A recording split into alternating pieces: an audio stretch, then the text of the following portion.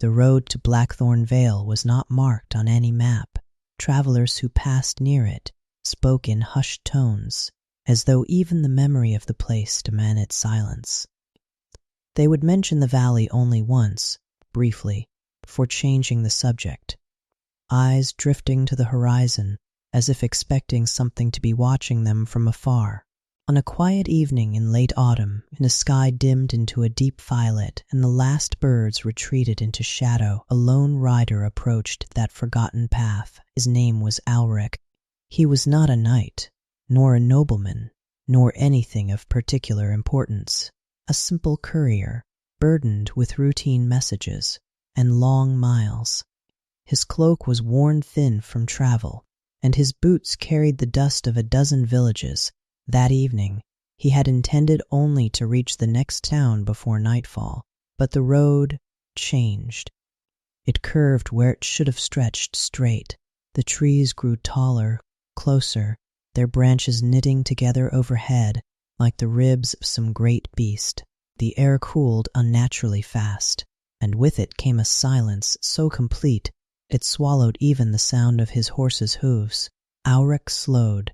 He did not remember choosing this path. Yet there it was before him, a narrow road descending into a valley cloaked in mist, and at its entrance stood a post, a single wooden post, crooked with age. From it hung an envelope. It swayed gently, though there was no wind. Alric hesitated. A courier knows better than to ignore a message, even one that has no clear sender. He dismounted, boots crunching softly against gravel, and reached for the envelope. The parchment was thick, far finer than anything a common messenger would carry.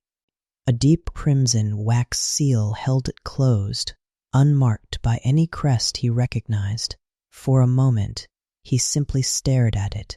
Then, carefully, he broke the seal. Inside was a single sheet, no signature, no explanation, only a message written in elegant, deliberate script. You are invited to dine at Blackthorn Hall. The feast awaits. You must not be late. Alric frowned. There was something wrong about it, not the words themselves, but the certainty behind them, as though his attendance had already been decided, as though he had no choice in the matter. He glanced back at the road behind him. It had vanished. Where once there had been a clear path, there was now only forest, dense, impenetrable, and dark. The horse shifted uneasily. Alric swallowed. Well, he muttered under his breath, attempting a thin smile. It seems I have an appointment. The valley welcomed him in silence. The descent was slow. Mist thickened around him, curling low across the ground like drifting smoke. The air carried a faint scent, something warm and rich, like roasted meat and spiced wine. Food, a feast. His stomach stirred, reminding him he had not eaten since morning. Strange, he thought, that such a place would exist so far from any known road. Stranger still that no one had ever spoken of it plainly. As he continued, the faint outline of a structure began to emerge through the fog. At first, it was only shadows, then shapes. Then, unmistakably, a hall. Blackthorn Hall rose from the valley floor like something carved from the night itself. Its stone walls were dark and slick, its towers narrow and reaching, windows glowing faintly with golden light, warmth, life, and yet no sound, no laughter, no music, no movement behind the windows. Only stillness. Alric approached slowly, his unease growing with each step. The great doors of the hall stood open, not wide, just enough, as if expecting him. He paused at the threshold. Inside, candlelight flickered across long wooden tables, stretching deeper into the hall than the eye could easily follow. The tables were set with care, plates, goblets, polished utensils, all arranged in perfect symmetry, and the food, It was abundant. Roasted meats, glistening with juices, fresh bread, still steaming, fruits of every color, silver pitchers filled with dark wine, enough to feed 100 guests. But there was no one there, no servants, no host, no diners, just the feast, waiting. Alric stepped inside. The doors behind him closed, not loudly, not suddenly, just quietly, with a soft, final sound. He turned, heart quickening, and reached for the handle. It did not move. A chill ran through him. Then, a voice, soft, calm, close. "You have arrived." Alric froze. Slowly, he turned back toward the hall. At the far end of the table, where moments ago there had been nothing but shadow, a figure now sat, still, watching him, waiting. And though Alric could not yet see the figure's face, he knew, with a certainty that settled deep into his bones, the feast had already begun. Alric did not move. The voice lingered in the air, soft and composed, as though it had always been there, waiting for him to notice. "You have arrived." It was not a question. It was not even a greeting. It was a statement, a fact. Alric's fingers tightened slightly at his sides as he forced himself to breathe. The hall, though warmly lit by hundreds of candles, felt colder now than the mist outside. At the far end of the table, the figure remained seated, still, perfectly still. "Forgive me," Alric said at last, his voice careful, respectful. "I believe there has been some mistake. I was not expected here." A pause followed, not long, but long enough to feel deliberate. Then the faintest movement. The figure inclined its head.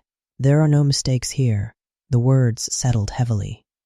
Alric glanced once more toward the great doors behind him, closed, silent, unyielding. When he turned back, the hall was no longer empty.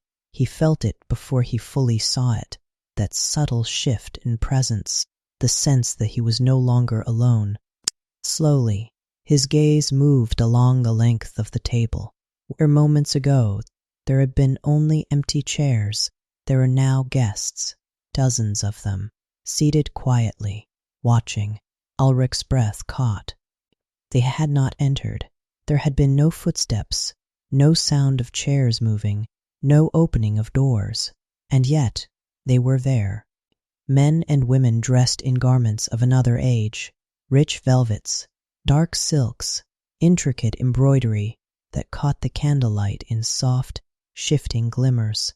Their posture was perfect. Their hands rested neatly before them or around their goblets. None of them spoke. None of them ate. They simply observed. Alric felt their attention settle on him, not harshly, not aggressively, but completely, as if he were the only movement in a painting. "You kept us waiting," the voice said again. This time Alric noticed something. Though the figure at the end of the table had not visibly moved, the voice seemed closer now, not louder, but nearer. "I did not know of this place," Alric replied, swallowing uneasily. "The invitation, I only found it on the road." A faint murmur passed through the guests, not spoken, felt. Like the echo, something remembered rather than heard. "Of course," the voice said. "They all say that." A flicker of unease tightened in Alric's chest. "All?" he began. But the question faded as one of the guests shifted. It was a man seated halfway down the table to Alric's right. His face was pale, almost unnaturally so, his expression calm, yet distant. Slowly, with measured precision, he lifted his goblet. The dark liquid inside caught the candlelight. Wine, or something very much like it. The man raised it slightly toward Alric, a silent gesture. "An invitation." Alric hesitated. "I am not certain I should." "You must," the voice interrupted gently, not forcefully, not angrily, but with a quiet certainty that made refusal feel unreasonable. "This is a feast," it continued, "and you are our guest." Alric's gaze drifted again across the table. The food remained untouched, perfect, as though it had just been prepared. Yet something about it now seemed distant, like a memory of food rather than food itself. The smell was still there, rich, warm, inviting, but it no longer stirred hunger in him, only unease. "Please," the voice said, softer now, "take your seat." A chair stood empty beside the pale man. Alric had not noticed it before. Slowly, almost without realizing it, he stepped forward, one step, then another. The sound of his boots echoed faintly against the stone floor, unnaturally loud in the otherwise silent hall. The guests did not move. Their eyes followed him, not with curiosity, but with something deeper, expectation. When he reached the chair, Alric paused. Something inside him resisted, a quiet, instinctive warning. If he sat, something would change, something he would not be able to undo. "You are tired," the voice murmured, closer still. "You have traveled far. Sit, eat, rest." The words wrapped around his thoughts like a slow-moving current. Tired. Yes, he was tired. The road had been long. The air here was warm. The table was set, and all around him the guests waited patiently, as though they had been waiting for a very long time. For him, Alric exhaled slowly and sat. The moment he did, a sound echoed through the hall, soft, subtle, but unmistakable, a single clink, as every guest, in perfect unison, lifted their goblets. Alric's heart skipped. No one had given a signal. No one had spoken. Yet they moved together, perfectly. The pale man beside him turned his head slightly. Up close, Alric could see that his eyes were not quite focused, as though he were looking at something far beyond the hall. "You will find," the man said quietly, his voice distant and calm, "that it is easier once you begin." Alric frowned. "Begin what?" The man did not answer. Instead, he gently placed a goblet into Alric's hand. It was already filled. The liquid inside was dark, almost black, its surface still as glass. Alric stared at it. He did not remember it being poured. Across the table, the guests waited. Kubast was erased, unmoving. Even the candles seemed to hold their flames steady, as though the entire hall were suspended in a single fragile moment. "Drink," the voice whispered, right beside him now. So close he could almost feel the breath. Alric's grip tightened around the goblet. Something deep within him urged caution, to refuse, to stand, to run, but the doors were closed. The hall was silent, and every gaze was upon him, waiting. Slowly, almost reluctantly, Alric raised the goblet. The guests did not blink, did not breathe, did not move. The entire hall seemed to lean into that single motion. The rim of the goblet touched his lips. The liquid was cold, far colder than it should have been. And in that instant, just before he drank, Alric noticed something, not in the hall, not in the food, not in the guests, but in the reflection on the surface of the dark liquid. He saw himself, seated, still, pale, and unmoving, like the others. Alric froze, his breath caught, and for the first time since entering the hall, he understood. The feast was not waiting for him to eat. It was waiting for him to stay. Alric did not drink. The goblet hovered at his lips, his breath shallow, his reflection trembling faintly on the dark surface of the liquid, seated, still, pale, like the others. Slowly, carefully, he lowered the cup. No one moved. No one reacted. And yet, something changed. A subtle shift passed through the hall. Like the faint turning of unseen gears, the voice, so close before, withdrew slightly. "Why do you hesitate?" it asked. This time, there was something beneath the calm tone. Not anger, not impatience, but curiosity. Alric placed the goblet gently on the table, his fingers lingering on its cold surface. "I have eaten at many tables," he said quietly. "I have never been watched so closely for taking a single sip." A long silence followed. Then, a faint sound, not from the figure at the end of the table, not from the guests, from the hall itself. Tick, Alric's brow furrowed. Tick, it was soft, almost imperceptible, but now that he had heard it, he could not ignore it. Tick, like the slow, steady rhythm of a clock. But there were no clocks in the hall. Alric's eyes shifted, searching the walls, the high arches, the shadows between pillars. Nothing, only candlelight, only stillness, only tick. He turned his head slightly toward the man seated beside him. The pale man had not moved, but now, up close, Alric noticed something he had missed before. His hand, wrapped around his goblet. It trembled, not visibly at first glance, but subtly, in perfect rhythm. Tick, tick, tick. Alric's chest tightened.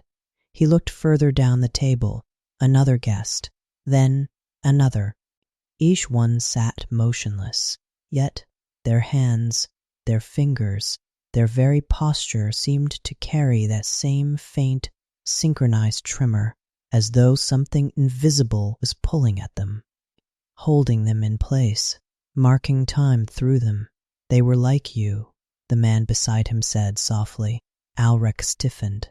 The man had not turned, had not shifted his gaze, yet he was speaking. "They hesitated," he continued. "At first," Alric swallowed. "At first," he echoed. A pause. Then, slowly, very slowly, the man turned his head. This time his eyes met Alric's directly, and for the briefest moment they were clear, aware. "You must not wait too long," the man whispered. A flicker of urgency broke through his otherwise calm expression. "They do not like it when you tick." The man froze, mid-sentence, his expression smoothed. His gaze drifted past Alric, unfocused once more. The moment was gone. Alric's heart pounded. "That," he began, his voice low, but the hall answered him instead. The candles flickered, just once, and in that flicker, the figure at the end of the table was closer, not by much, but enough. Enough that Alric now make out the outline of its form more clearly. Tall, still seated, hands resting neatly before it, face still obscured by shadow. "You will find," the voice said, calm again, "that time behaves fervently here." Tick. The sound grew louder, not in volume, but in presence, as though it were no longer something to be heard, but something to be felt, within the walls, within the air, within him. Alric's pulse began to align with it. Tick, tick, tick. "You arrived at dusk," the voice continued. "You will dine until dawn." Alric frowned. "That seems reasonable enough," he said cautiously. The faintest hint of amusement touched the air. "Yes," the voice replied. "It always does." A cold realization crept into Alric's thoughts. "How long," he asked slowly, "have they been dining?" The hall grew quieter. If such a thing were possible. The candles dimmed, just slightly. The guests remained still, waiting. Then the voice answered. "Some," it said, "have only just arrived." Tick. "Some have nearly finished." Tick. "And some," a pause, longer this time, "have forgotten they ever wished to leave." Alric's throat tightened.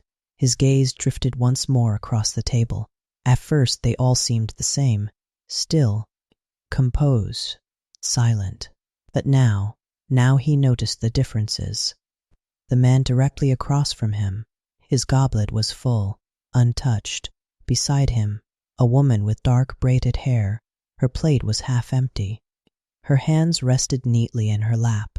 Further down, a figure slumped ever so slightly, their goblet tipped, empty, and their eyes fixed, unblinking, not watching, not waiting, just there. Alric's breath grew shallow. "This is not a feast," he murmured. "No," the voice agreed softly. "It is not." The words settled like dust. Then a new sound, subtle but unmistakable, a scrape. Alric looked down. His plate. It had been empty. He was certain of it. But now it was not. A portion of roasted meat rested at its center, still steaming faintly. Fresh bread lay beside it. A knife and fork had been placed neatly at either side. Alric's hands had not moved. He had not seen anyone approach. Yet the food was there, waiting. "Eat," the voice said, gently. The ticking slowed, just slightly, as though the hall itself were listening. Alric stared at the plate, then at the goblet, then at the unmoving guests. The pale man beside him spoke again, barely more than a breath. "It begins with one taste." Alric closed his eyes briefly, just for a moment, to think, to steady himself, to remember the road, the forest, the sky at dusk, the world beyond this hall. When he opened them again, the ticking had stopped. The silence that followed was heavier than before, absolute, complete. Every guest was watching him, closer now, not physically, but in presence. As though the entire hall had leaned inward, waiting. Alric reached slowly for the knife. His hand trembled, not with fear, but with something else, something pulling, guiding. He cut a small piece of the meat, lifted it, paused. For a long moment he held it there, suspended between choice and consequence. Then he took the first bite. The effect was immediate, not in taste. The food was perfect, warm, rich, satisfying, but that was not what made his breath catch. It was the feeling, a sudden, overwhelming sense of familiarity, as though he had done this before, sat at this table, held this goblet, taken this bite. Many times the thought slipped into his mind as gently as a whisper, and yet it struck with the weight of something undeniable. Across the table, a guest smiled, just slightly, the first true expression Alric had seen, and then, tick, the sound returned, louder now, faster, and this time it did not come from the hall, it came from within him. The taste lingered, not on Alric's tongue, but in his memory, warm, rich, familiar, too familiar, too familiar. He swallowed slowly, his grip tightening around the knife, as the ticking within him grew louder. Tick, tick, tick. It no longer matched the rhythm of his heartbeat. It was steadier, colder, more precise, like something measuring him. Across the table, the faint smile remained on the lips of the unknown guest. It did not widen, it did not fade. It simply stayed, fixed, as though it had always been there. "You see," the voice said softly, "it is not so unpleasant." Alric did not answer. His thoughts felt slower now, not clouded, not dulled, but gently guided, like a current beneath still water. He placed the knife down. The sound it made against the plate echoed far louder than it should have, and in that echo, something shifted. A chair scraped, sharp, sudden, breaking the perfect stillness. Alric's head turned instinctively. Down the length of the table, a man had moved, not much, just enough. His chair sat slightly askew, no longer aligned with the others. His breathing was uneven, alive, aware. Alric's chest tightened. The man's eyes darted, not with the distant calm of the others, but with something raw, fear. "I remember," the man whispered. The words were hoarse, fragile, as though unused for a very long time. "I remember the road." Tick. The hall reacted, not visibly, not audibly, but undeniably. The candles flickered, in perfect unison. The air grew heavier. The voice did not speak. The man pushed his chair back further. The sound grated against the stone floor. Too loud, too real. "I was not meant to stay," he said, louder now. "None of us were." Tick. His body jerked. Just slightly. As though something unseen had tightened its hold, Alric leaned forward. "What do you mean?" he asked quickly. The man's gaze snapped toward him. For a moment, just a moment, they were completely clear. "You must not eat more," he said urgently. "Do you hear me? One bite is—" Tick. The man froze, mid-word, his mouth still open, his eyes locked. Then, slowly, he sat back. His chair slid neatly into place, perfectly aligned once more, his hands folded calmly before him, and the fear, gone, erased as though it had never existed. Alric's pulse pounded. "No," he breathed. The voice returned, calm, measured, unchanged. "Some guests," it said, "take longer to settle." Alric stood abruptly. The movement broke the rhythm. For a brief instant, the ticking faltered. "I will not stay here," Alric said, his voice firmer now. "This is no feast. This is a prison." The word lingered. Prison. A faint murmur passed through the guests. Not sound, not quite, but something like recognition. The figure at the end of the table remained still. "You are free to leave," the voice replied. The calmness of it made the words more unsettling. Alric turned sharply toward the great doors, closed, but not barred, not visibly. He stepped away from the table, one step, then another. Each movement felt heavier than the last, as though the air itself resisted him. Behind him, the guests remained seated, watching, always watching. "You need only walk out," the voice continued. Simple, reasonable, almost kind. Alric reached the doors, placed his hand against the wood.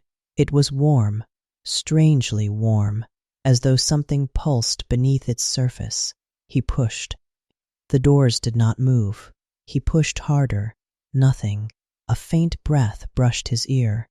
"You must finish your meal." Alric recoiled, turning sharply, but there was no one behind him. The table remained exactly as it had been. The guests, unmoving. The figure, distant, watching. "No," Alric said, shaking his head. "You said I was free to leave." "And you are," the voice replied. A pause, then. But not yet. The ticking surged. Tick, tick, tick. Faster now. Stronger. Pulling at him. Drawing him back. Alric staggered slightly, his hand falling from the door as an overwhelming sensation washed over him. Hunger. Sudden. Intense. Unnatural. His gaze drifted back toward the table. The food seemed closer now, more vivid. The steam rising from the meat curled in slow, hypnotic patterns. The scent filled the air, rich, inviting, necessary. His stomach twisted. Another step back, toward the table. "No," he muttered under his breath. "No, this is not real." But the hunger did not fade. It grew, with each tick, with each breath. "You have begun," the voice said gently. "There is no harm in continuing." Alric's hands trembled. He clenched them into fists, forced himself to look away from the table, from the food, from the guests, from the pull, and then he saw it. At the far wall, between two tall pillars, a mirror. He had not noticed it before. It stood tall and narrow, its surface dim beneath the candlelight. Drawn by something he could not explain, Alric stepped toward it. The ticking followed. The hunger followed. Everything followed. He stopped before the mirror and looked. At first he saw only himself, his worn cloak, his tired face, his eyes wide with unease. But then the reflection shifted, not suddenly, not violently, just subtly. Behind him, in the mirror, he was seated, at the table, still, pale, his hands resting neatly before him, a goblet in his grasp. Alric froze. Slowly, he turned his head. The real table remained as it was. He was not seated there. He was standing, breathing, thinking, yet in the mirror he had never left his chair. "You see it now," the voice whispered. "Closer than ever. So many versions of you have stood where you stand." Alric's breath trembled. "What is this place?" The answer came without hesitation. "A moment," the voice said, extended. A choice. Tick, repeated, tick, until it is no longer a choice at all.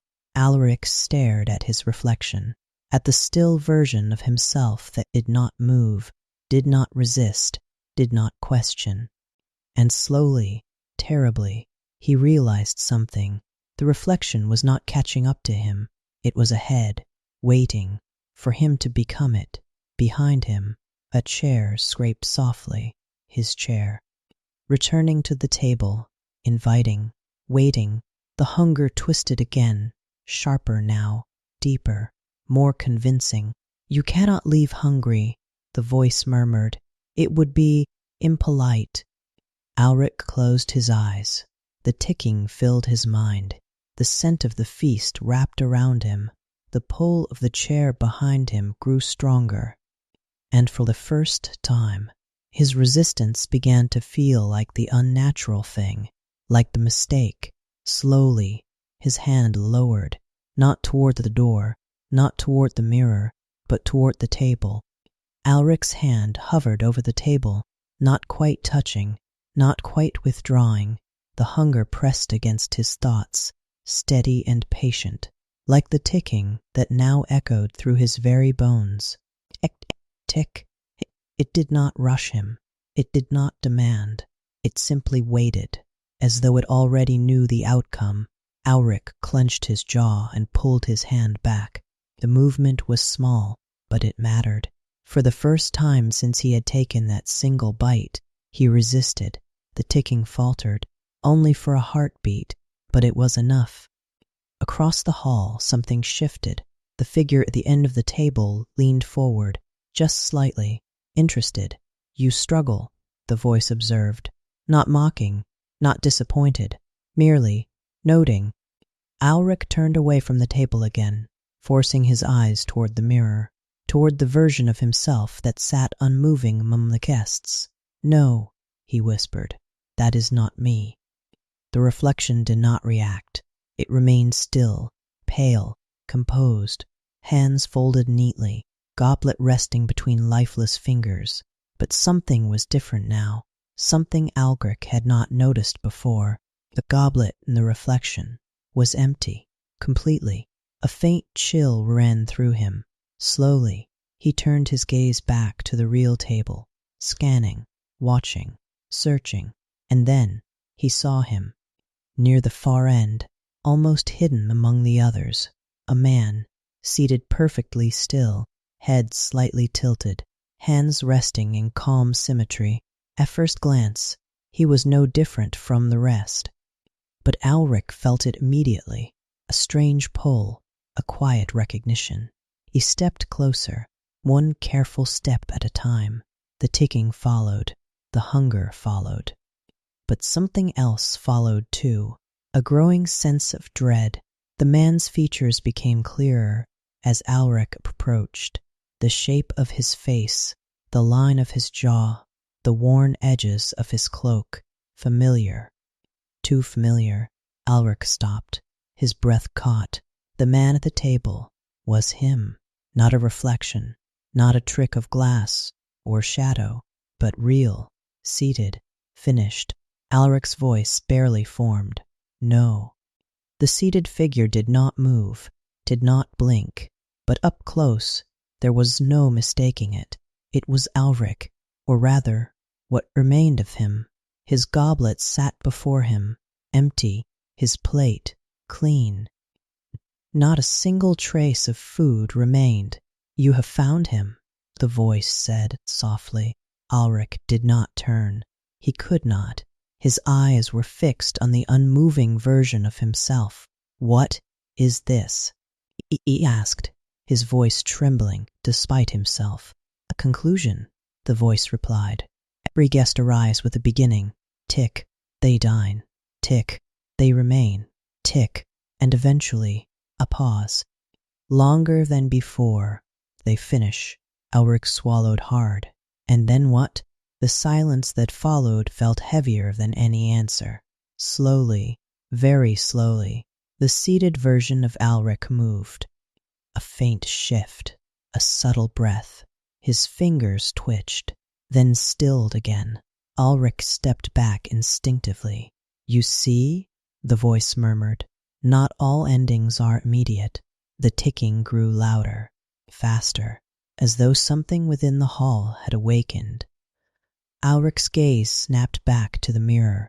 The reflection, it had changed. Now, the seated version of himself in the mirror was not still. It was moving, slowly turning its head, looking directly at him. Alric's chest tightened. In the reflection, the other, Alric smiled, not widely, not cruelly, but knowingly, as though he'd been waiting for this moment, waiting for him to understand. Behind him, the chair scraped again, closer now, his chair, returning, inviting, ready. You are not the first to resist, the voice said, and you will not be the last. Alric shook his head. There must be a way out, he said, more to himself and to the unseen presence. There is always a way out of a place like this. The voice did not answer immediately. When it did, its tone had shifted, only slightly, but enough. Of course, it said, there is always a way. Hope flickered, sharp, fragile. Then tell me, Alric demanded. The candles dimmed, the shadows deepened. The guests remained still, but their attention seemed to sharpen, narrowing toward him. Watching, listening, waiting. To leave, the voice said slowly. You must do what none of the others have done. Alric's heart pounded. And what is that? A pause. Long enough to make the answer feel inevitable. Refuse the feast, the voice said. The words hung in the air. Simple, clear, impossible. Alric laughed once, short, breathless. I have already begun, he said. You said so yourself. Yes, the voice agreed. You have. The hunger surged again, stronger now, deeper, no longer a suggestion, but a need. His gaze drifted back to the table, to the food, to the goblet waiting for him. You must refuse it completely, the voice continued. Not one more bite, tick. Not one more sip, tick. Not one more moment of comfort, tick. Alric's hands trembled. His thoughts swayed. The scent of the feast wrapped around him like a warm embrace. The chair behind him felt closer. The table felt nearer. Everything pulled. Everything urged. Then why tell me this? Alric asked through clenched teeth. If it has never been done, why give me the choice at all? For the first time, the voice hesitated, only for an instant, but it was real. Because, it said quietly, the feast is not sustained by those who stay. Tick. Alric's breath slowed. What do you mean? The candles flickered. The shadows shifted. And at the far end of the table, the figure leaned forward, just enough for the faintest outline of a smile to form beneath the darkness. It is sustained, the voice said, softer now, almost a whisper, by those who tried to leave. The meaning settled slowly, deeply, terribly. Alric looked once more at the seated version of himself, at the empty goblet, at the finished plate, at the stillness that followed completion, and then at the table, at the feast, at the endless, waiting hunger. Tick, tick, tick. He understood now. Not fully, not completely, but enough. Enough to know that every choice he made from this moment forward would already have been made before, somewhere, somewhen, by someone who looked exactly like him. The chair behind him scraped one final time, right into place, waiting. Alric closed his eyes. The hunger roared. The ticking consumed everything. And slowly he turned back toward the table. Alric did not sit. The chair waited for him, perfectly placed, perfectly aligned, but he remained standing, breathing, thinking, resisting. A hunger twisted inside him, sharper now, insistent. It was no longer a distant pull. It was immediate, demanding. It pressed against his ribs, coiled through his chest, whispered through every thought. Eat, drink, rest, stay. Tick, tick, tick. The rhythm pulsed through him like a second heartbeat. Alric exhaled slowly, steadying himself. No, he said. The word was quiet, but in the silence of the hall, it carried. The candles flickered. The guests did not move, but something about them changed. Their stillness tightened, focused, as though every unseen thread that held them in place had drawn taut at once. You misunderstand, the voice said gently. Alric shook his head. No, he repeated, firmer this time. I understand enough. His gaze moved across the table, past the untouched plates, the filled goblets, the half-finished meals frozen in time, past the guests who had stopped somewhere along the way, past the ones who had finished, past the one who was him. I will not eat again, he said. Tick. The sound struck harder this time, more forceful, almost irritated. And I will not drink, Alric continued, his voice gaining strength despite the pressure building inside him. Tick, faster now. And I will not sit. The words settled into the hall like a challenge. For a moment, nothing happened. Then the temperature dropped, not gradually, suddenly. The warmth of the feast faded, replaced by a cold that crept across the stone floor and up through Alric's boots. The candles dimmed, their flames shrinking, stretching thin, casting long, distorted shadows across the walls. The voice returned, different now, not louder, but deeper. You refuse?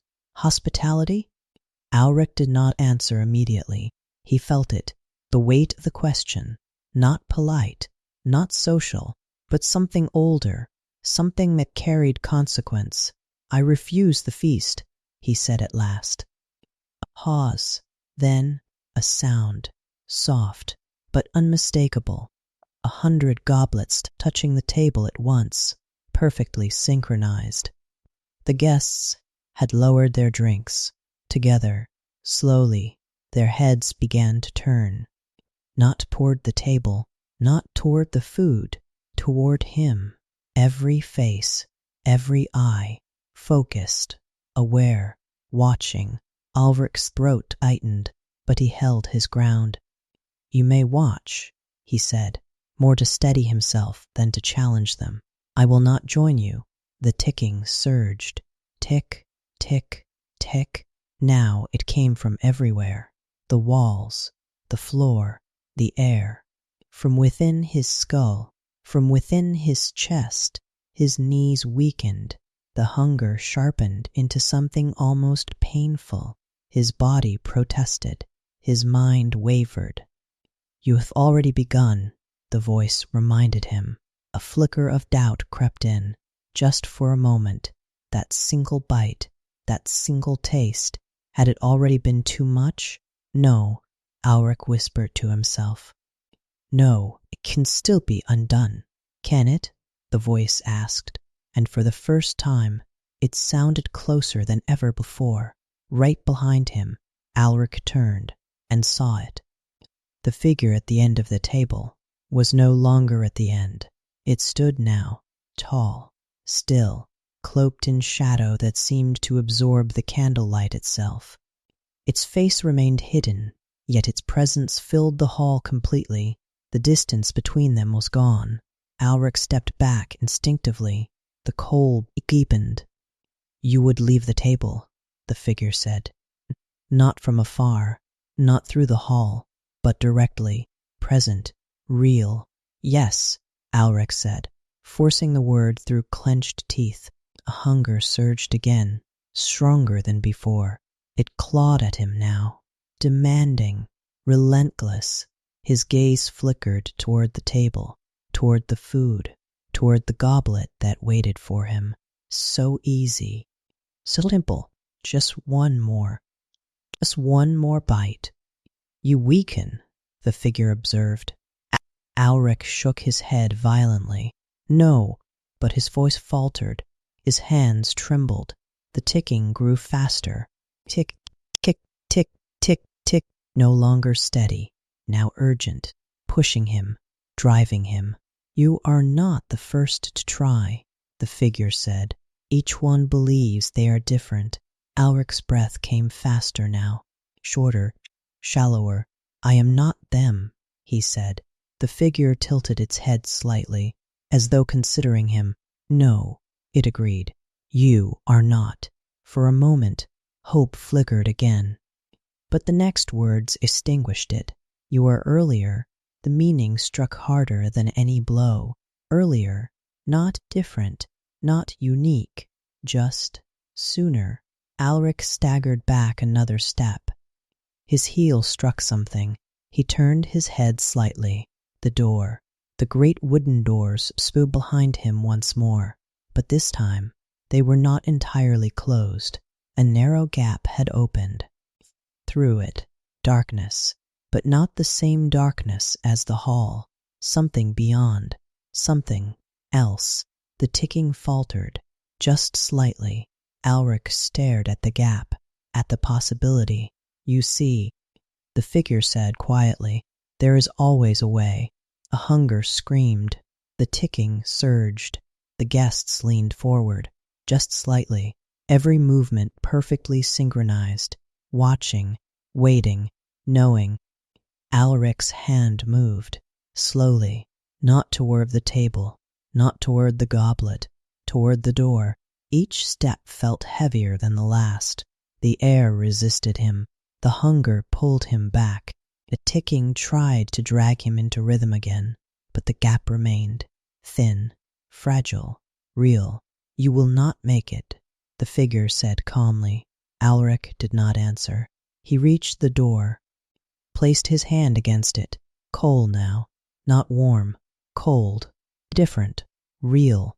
The hunger roared one final time, a desperate, overwhelming need to turn back, to sit, to eat, to stay, to finish.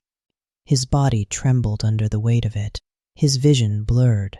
The ticking became deafening, and then Alric pushed. The gap widened, just enough. A breath of air passed through it, not warm, not scented, not inviting, but empty, silent, free. Behind him, the hall reacted. For the first time, the guests moved. Not much, not fully, but enough. Their hands tightened, their heads tilted, their stillness fractured. The figure stepped forward, closer, almost within reach. If you leave, it said, its voice no longer calm, no longer distant, but strained, you do not escape the feast. Alric's grip tightened on the door. What happens then? He forced out. The figure paused, and for the first time, it answered without certainty. You will remember. Words landed heavier than anything before. Alric's breath caught. Remember, the road, the invitation, the hall, the versions of himself, the endless choice, the endless loop. Behind him, the table seemed to pull at him one last time. The hunger, the warmth, the stillness, the peace of simply staying. Alric closed his eyes, just for a moment. Then he stepped forward into the darkness beyond the door. The ticking stopped completely. Silence, absolute. And as the door closed behind him, softly, gently, inevitably, a new sound began, far away, faint but unmistakable. A horse's hooves on a quiet road at dusk. The sound of hooves returned first, soft, measured, real. Alric did not open his eyes immediately. For a long moment, he simply listened. The steady rhythm beneath him, the gentle shift of motion, the cool air brushing against his face. No ticking, no whispering, no watching silence, only the road. When he finally opened his eyes, the world had changed, or perhaps it had always been this way. The forest stretched around him, dark but natural, its branches swaying faintly in the wind he could feel, but not hear. The sky above was painted in deep shades of violet and fading gold. Dusk. The same dusk. Alric's breath slowed. His hands tightened slightly on the reins. His horse moved forward at an easy pace, as though nothing had happened. As though no hall had ever stood in the valley below. As though no feast had ever waited. For a moment, it almost felt like a dream. A long, strange, unsettling dream. He swallowed, glancing down at himself. His cloak was the same. His boots were the same.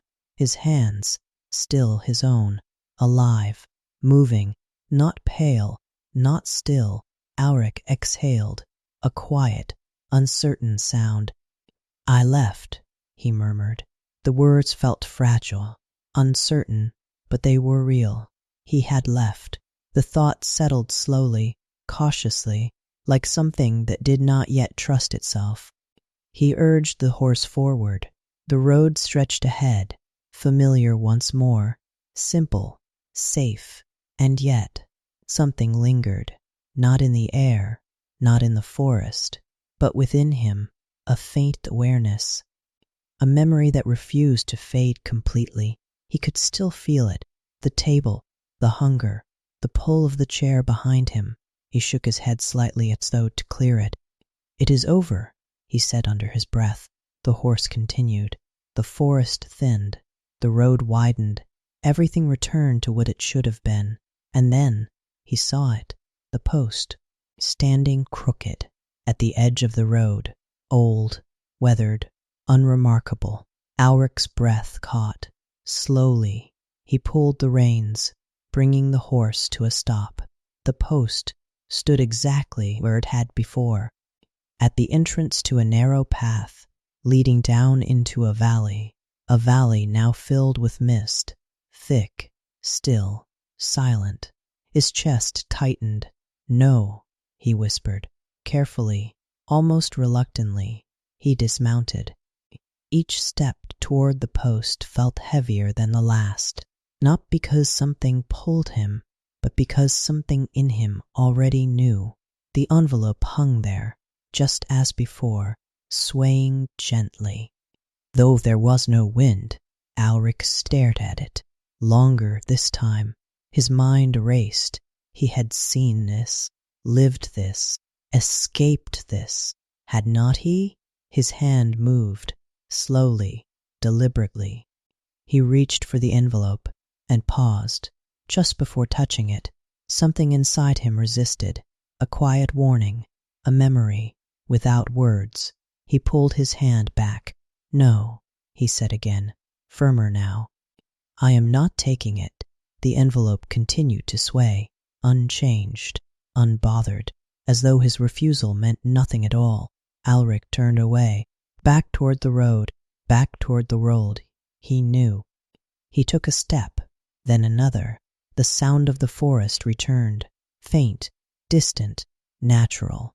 Relief began to settle. Yes, this was right.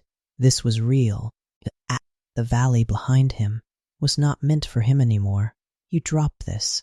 The voice came from behind him, close, calm, familiar. Alric froze.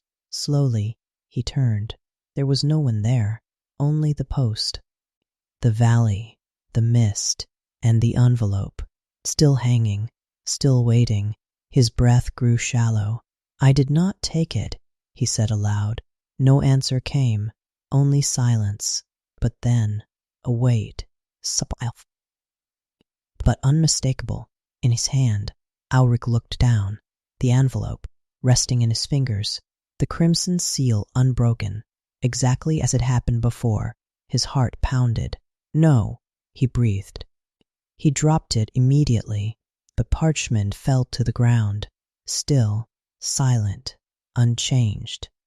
Alaric stepped back, once, twice, as though distance alone could undo it. This is not happening, he whispered. But the world did not shift. The forest remained, the road remained, the valley remained, and the envelope remained, waiting. A thought crept into his mind, slow, quiet, unwelcome. What if he hadn't Fenver left? What if this, the road, the forest, the dusk, was simply another part of the feast, another course, another illusion, another moment stretched endlessly? Tick. Elric's breath caught. The sound was faint, distant, but real. Tick. He shook his head violently. No, but now he could feel it again, deep within his chest. Soft, measured, patient. Tick. Tick. The same rhythm, the same pull. His gaze drifted back to the envelope, to the seal, to the invitation he already knew. You are invited to dine.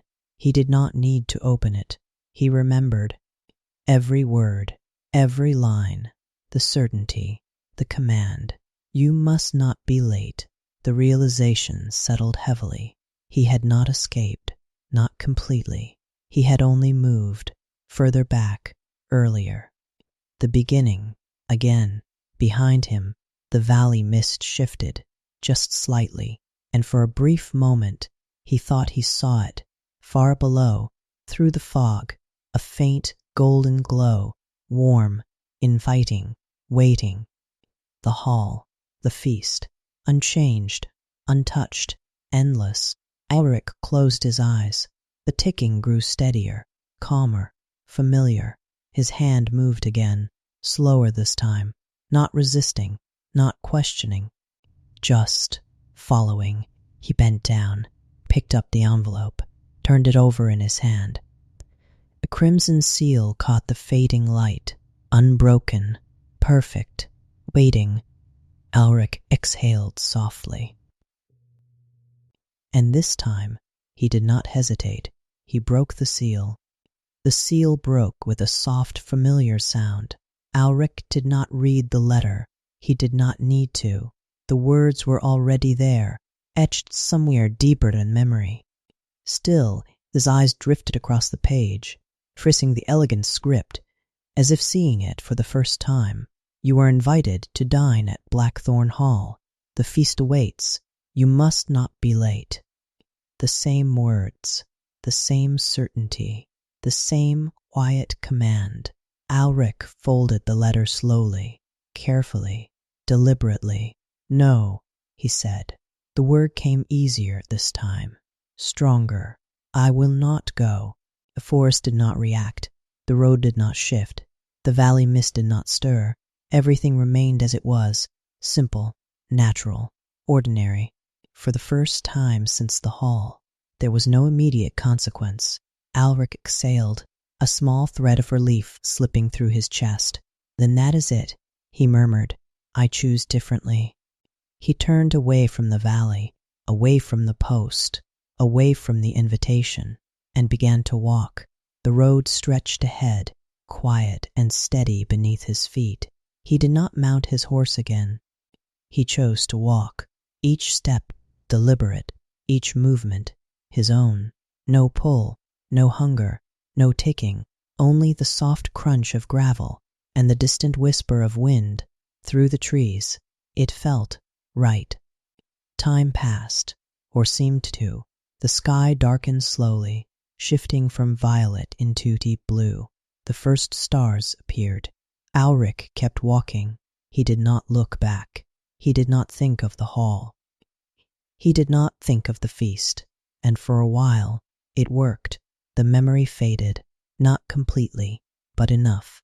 Enough that his thoughts felt like his own again. Enough that his breath came easier. Enough that the world felt real. Then the road curved, gently, naturally, as roads often do. Alric followed it without question, without hesitation, and as he stepped around the bend, he stopped. The post stood before him, crooked, weathered, unchanged. The valley beyond it lay quiet beneath a blanket of mist. The envelope hung from its nail, swaying gently, as though he had never left. As though he had just arrived. Alric stared at it, longer this time, not in confusion, not in shock, but in recognition. "I did not come this way," he said quietly. The forest offered no answer. The road behind him stretched back into darkness, unfamiliar now, as though it had always led here. "No," Alric continued, his voice steadier. "I chose another path." The envelope swayed, unbothered, unchanged. Alric stepped closer, not drawn, not compelled, simply accepting. "I understand," he said softly. The words surprised even him, because this time they were true. He reached for the envelope and took it.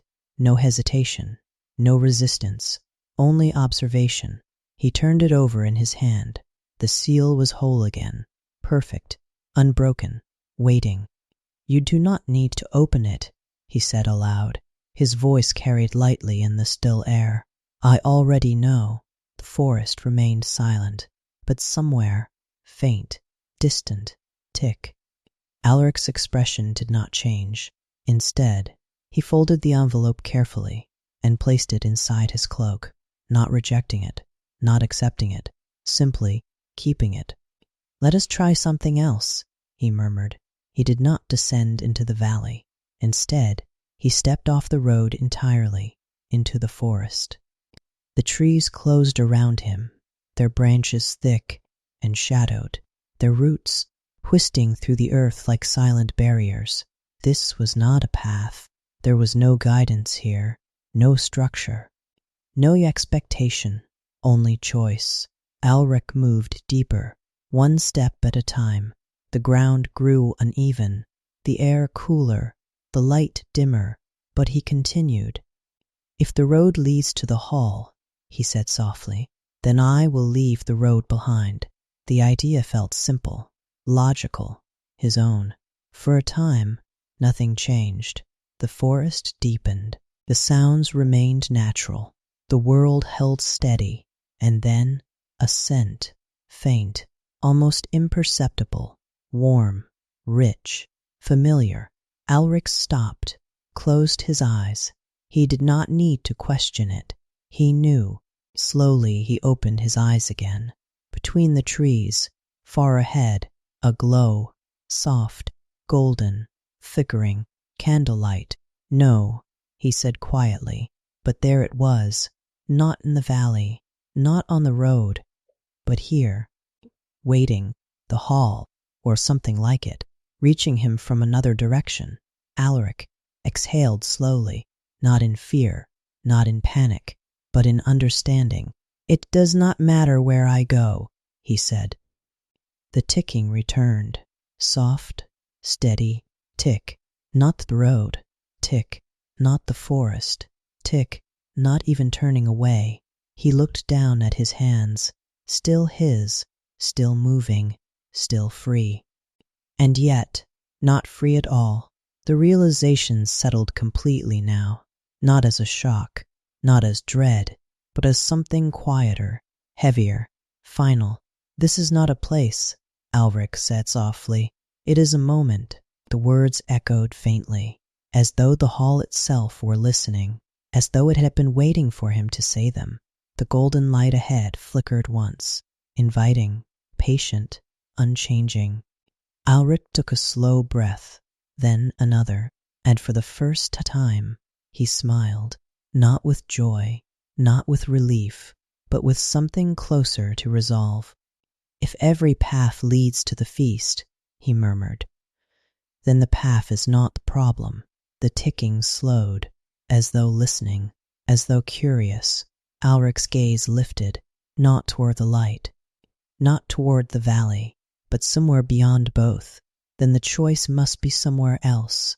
Silence followed, deep, endless, waiting, and in that silence, for the briefest moment, the pull weakened.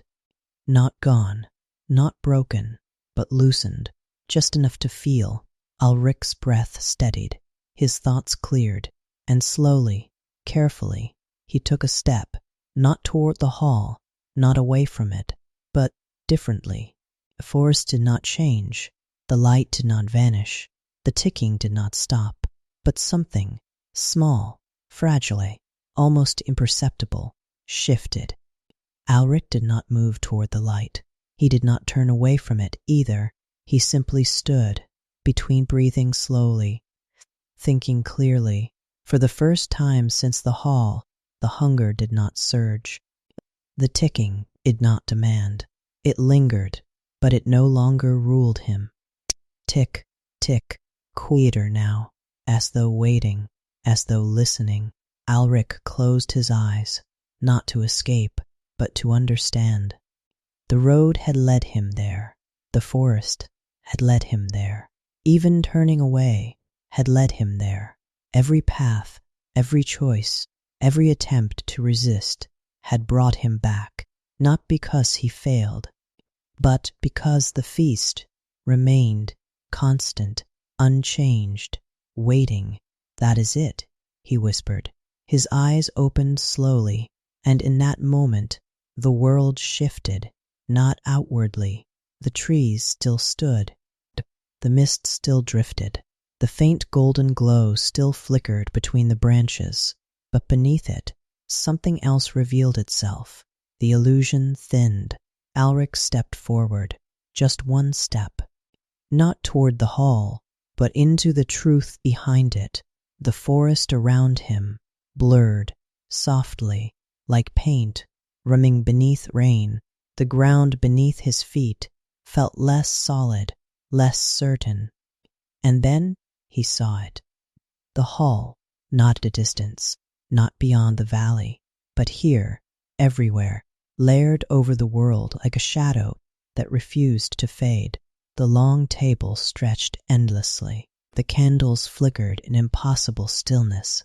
The guests remained seated, frozen in their moments, suspended, waiting, and among them he saw more, not just faces, not just bodies, but threads, faint, glowing, extending from each guest, from their hands, their chests, their very presence, threads that connected them to the table, to the feast, to the hall itself. Alric's breath slowed. The realization unfolded gently now. They are feeding it, he said. The words did not echo. They settled, accepted. Tick. The sound returned, clearer now, but different. It was not time. It was not a clock. It was consumption. Each tick, a moment taken, each moment held, preserved, extended, endless. The figure appeared beside him, not distant, not hidden, but clear, for the first time, tall, formless, a shape made of absence rather than substance. Its presence bent the light around it, distorted the air. You see, it said. Its voice was no longer calm, no longer gentle. It was simply true. Alric did not turn to face it. I see enough. His gaze remained on the table, on the guests, on the threads that bound them. They are not trapped, he said slowly. The figure did not answer. They are sustaining it. Tick. The threads pulsed faintly, with each movement of the unseen rhythm. With every bite, every moment, every time they stay, tick, they give it more. The figure shifted slightly, not denying, not confirming, only present. And those who try to leave, Alric continued. Now his voice was steadier than it had ever been. They do not break the feast. Tick, they renew it. The silence that followed was different, not heavy, not oppressive, but exposed. Like something that had been hidden, was no longer able to hide. Alric turned his head slightly, not fully, just enough. To resist, he said, is still to remain. The figure's form flickered. For the first time, unstable. They fight, it said, and in fighting, they stay longer. Tick, they think. Tick, they remember. Tick, they return. The threads brightened, just slightly. As though responding to the truth being spoken aloud, Alric's gaze drifted across the table, across the many versions of himself, the one who had just arrived, the one who had hesitated, the one who had eaten, the one who had finished, all of them, still there, still part of it, still feeding it. A slow breath left his chest. So that is the choice, he said, not a question, a conclusion. The figure did not move, but the hall itself seemed to lean closer, listening, waiting, not for resistance, not for escape, but for understanding. Alric closed his eyes once more. A hunger flickered faintly, a memory now, not a command. The ticking softened, no longer pulling, only marking. Tick, tick, tick. He opened his eyes and looked directly at the table, at the feast, at the endless moment stretched beyond reason. I will not eat, he said. The threads dimmed slightly. I will not drink. Tick. The hall held its breath. I will not try to leave. The words fell, and something broke, not loudly, not violently, but deeply. The threads flickered, uncertain. The figure shifted, for the first time, reacting. You must choose, it said. But now, there was something else in its voice, something unfamiliar, something close to doubt. I have, Alric replied. The candles dimmed, the table wavered. The guests remained still, but their stillness felt weaker, less certain. I will not stay, Alric said quietly. Tick, and I will not go. Tick. I will not feed this moment with my fear or my resistance or my need to escape. The silence deepened. The ticking faltered. Tick, tick. The threads began to unravel, slowly. Fragile strands of light pulling loose from the guests, from the table, from the hall itself. The figure stepped forward, closer than ever before. No one has chosen this, it said. Alric nodded slightly. I know. The golden light flickered, unstable now. The edges of the hall blurred. The feast trembled, not collapsing, not yet, but no longer endless, no longer certain. Alric took a breath, calm, steady, final, and in that breath, for the first time, there was no hunger, no ticking, no pull, only stillness, true stillness, and the faint, fragile sound of something beginning to end. The threads loosened, not all at once, not suddenly, but gently. He did not turn away. He simply remained, still, present, unmoved by the hunger that once ruled him, unshaken by the ticking that once defined him, and in that stillness the feast faltered.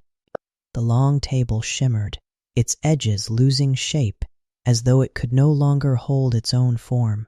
The candles flickered unevenly now, their flames bending, shrinking, stretching into thin lines of light.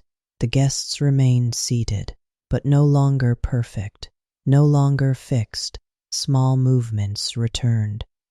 A finger twitching, a breath taken, a head tilting, uncertain, as though they were waking from something deep and endless.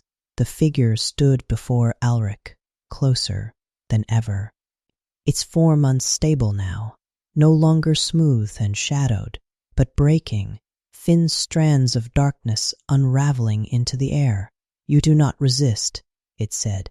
Its voice had changed, not calm, not certain, but searching. Ulrich shook his head slightly. "No, you do not accept. No." A pause. "Then you do nothing." The words felt almost fragile. Ulrich exhaled slowly. "I stopped choosing between the things that bind me," he said. The meaning settled into the space between them, simple, clear, unavoidable. The figure's form flickered again, weaker now. "That is not how this works," it said, but the certainty was gone. "That is exactly how it works," Alric replied.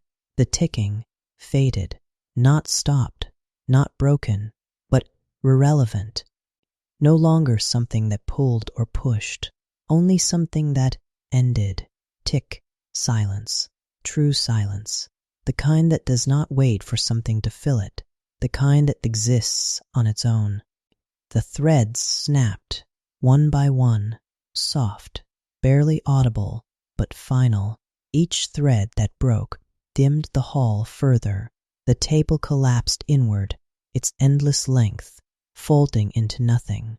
The food lost its color, its warmth, its presence, fading into memory before disappearing entirely. The guests, they changed, not into something else, but back into themselves. Confusion flickered across their faces. Breath returned, movement returned, time returned. The man who had tried to speak earlier blinked, his eyes clearing as he looked around. The woman with the half-finished plate lowered her hands slowly, as though waking from a long, distant dream, and near the far end, the other Alric, the one who had finished the feast, he stirred. His fingers moved, his chest rose with a slow, uncertain breath. The stillness that had held him broke, not completely, not instantly, but enough to matter.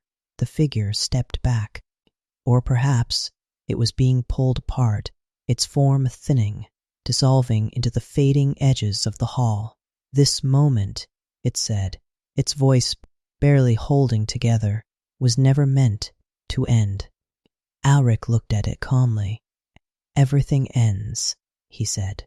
The words carried no force, no challenge, only truth. The final thread snapped, and the hall was gone. The forest returned, not slowly, not gradually, but simply. There, trees, wind, earth, the quiet sound of leaves shifting softly in the early morning air. Dawn had come. Alric stood alone on the road. No valley, no post, no envelope. Only the world, as it should have been. He breathed in deeply. The air was cool, clean, empty of anything unnatural. Behind him, footsteps, soft, uncertain. He turned. The others stood there, not seated, not still, but standing, confused, alive. A man looked at his hands as though seeing them for the first time. A woman turned slowly, taking in the forest around her. None of them spoke. Not yet. They did not need to. They understood something had ended, even if they could not name it. Alric nodded once, a quiet acknowledgement, then turned back to the road. He began to walk. Not quickly, not urgently, just forward. The sun rose slowly through the trees, its light filtering down in soft beams that warmed the ground and scattered the last remnants of mist. Each step felt real, solid, his own. The ticking did not return. The hunger did not follow. The pull of the feast, gone. or perhaps left behind. For the first time, there was no sense of repetition, no feeling of something waiting, no quiet certainty that the moment would begin again, only the road and the choice to walk it. Alaric did not look back. Far behind him, where the forest thickened and the shadows still lingered, there was nothing, no hall, no table, no feast, only a single place where the air felt still, as though something had once existed there and no longer did. The silence held, unbroken, unwaiting, at peace, and somewhere, not in the forest, not on the road, but in the quiet space where moments begin and end, a question faded, one that had echoed endlessly before, one that no longer needed an answer. Who will arrive next? But there was no invitation, no post, no path leading down into mist, only the world, moving forward as it always should have,